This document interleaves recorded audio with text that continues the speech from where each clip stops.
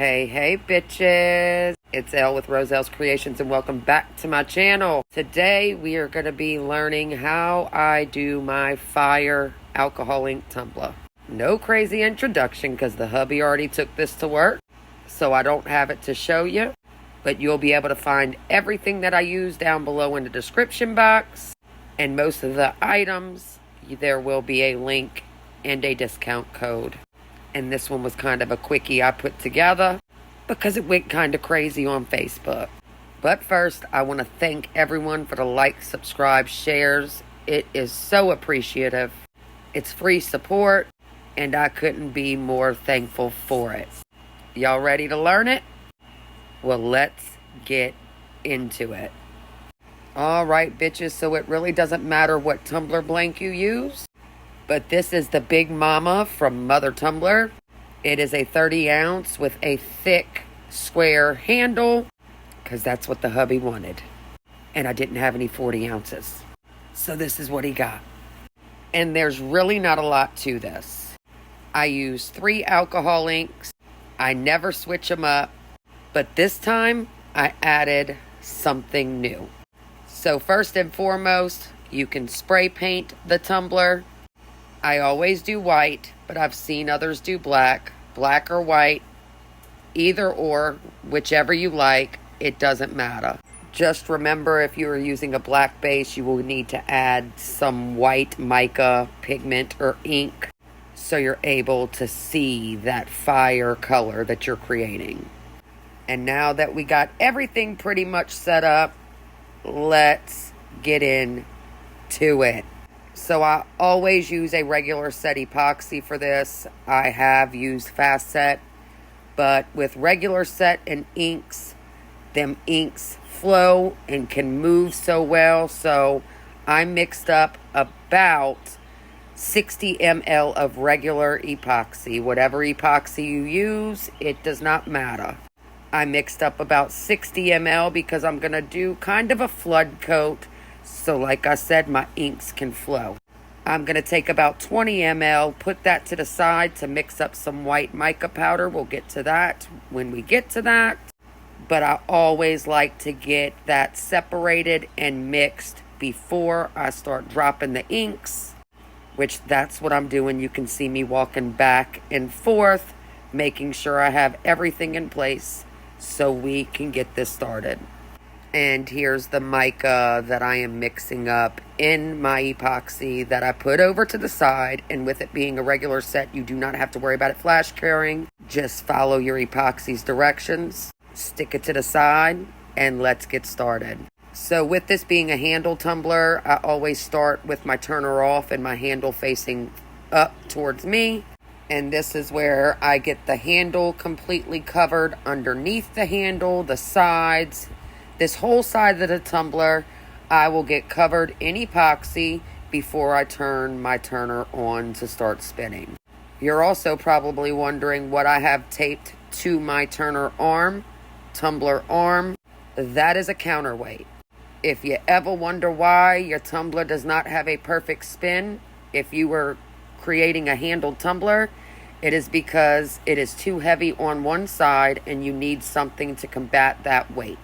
You can tape a screwdriver, a wrench, get a counterweight, whatever you need. You don't have to go out and buy something special for this. That was actually gifted to me and I broke it. So painter's tape works. But forever I tape a screwdriver, and sometimes I still do tape a screwdriver to the opposite side of the handle to get that perfect rotation of my tumbler. If it skips, if it stops, your tumbler will not have an even coat. It will have pooling at the top, bottom, or wherever it is uneven. So make sure that you have a counterweight when you're using these handled tumblers. I'm going to speed this process up, but I added about 40 ml of regular epoxy to the tumbler. And then we're going to get to the fun part. We're going to drop some inks.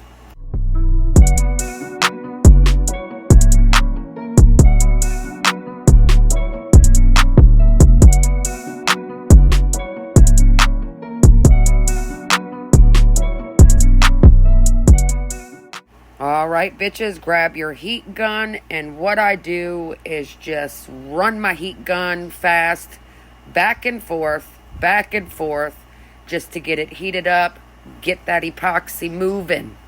Pop any little bubbles, but I do not depend on my heat gun to pop the bubbles.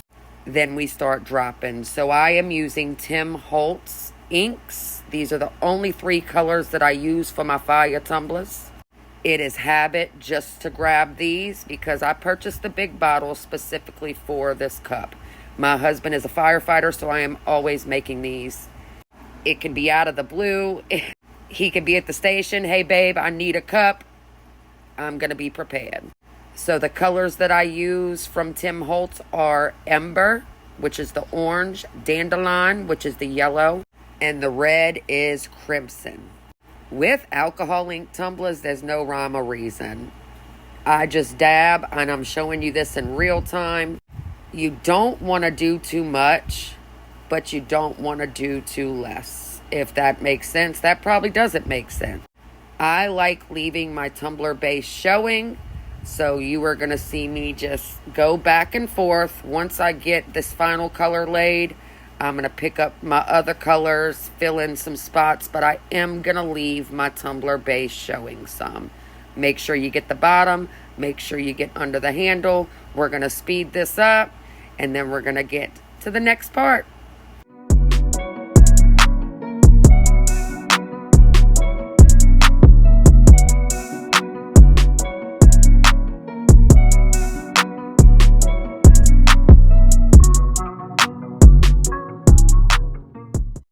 All right, so I am going to reverse my turner, and you remember the mica powder that we mixed up? We're going to start, I say, slapping it all over the tumbler, no rhyme or reason. I am using PDB Creative Studios Immaculate mica powder for this, and this is my first time ever using mica powder on this type of tumbler. I usually do the inks, and that's about it. But I wanted to go in a little differently and get some white mixed with these inks and get them swirling. It does not matter how you do this. It doesn't matter. Slap it on there. Once you get it spinning, once you get it heated up, it's all going to mix in. You see that big glob? I don't worry about it. I just start slapping it all on there. And then we get to the fun part, heating up the epoxy and doing what I call a whoop-de-whoop. That's where the magic happens. Lots of speeding up in this video, so you don't have to hear me run my mouth. So let's speed this up and get to the really, really fun part.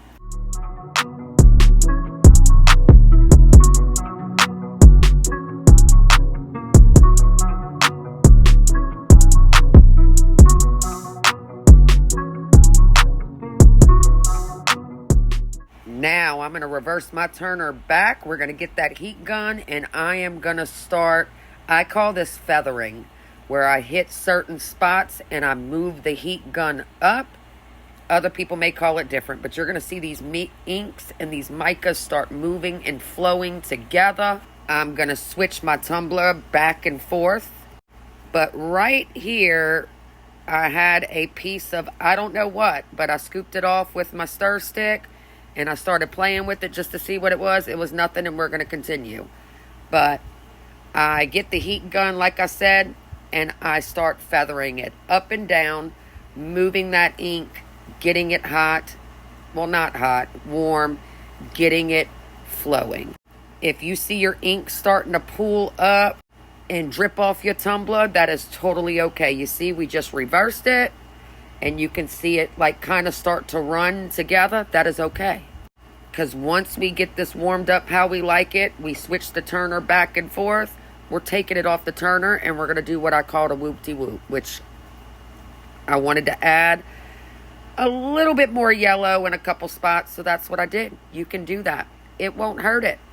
Once I see where I want to add the yellow, I know I've said each part is fun, because it is.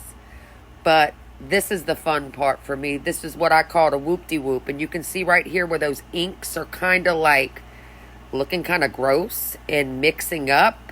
But wait, just wait. When we take this off the tumbler and we start flipping it all around and rotating it and moving it, you're going to see those inks move. This is where you are in control. And I call it the whoop-de-whoop. It's just something fun that we do in my lives.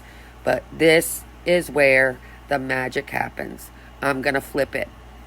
I'm going to hold it upside down. I'm going to hold it right side up. I am going to do this until my inks slow down. You will be able to see your inks moving back and forth, mixing. You will be able to see it. So I'm going to speed this up because we're here for quite some time, but I am literally flipping it back and forth.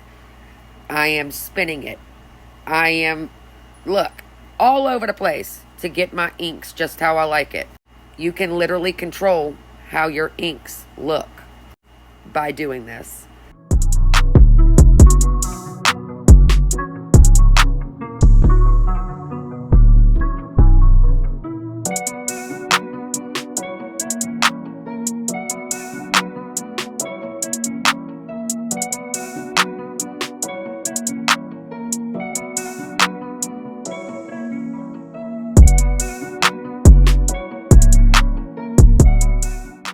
I literally did that for 4 minutes. The whoop-de-whoop we did for 4 minutes. Now that I have it back on the turner and spinning, I am going to reverse it a couple of times.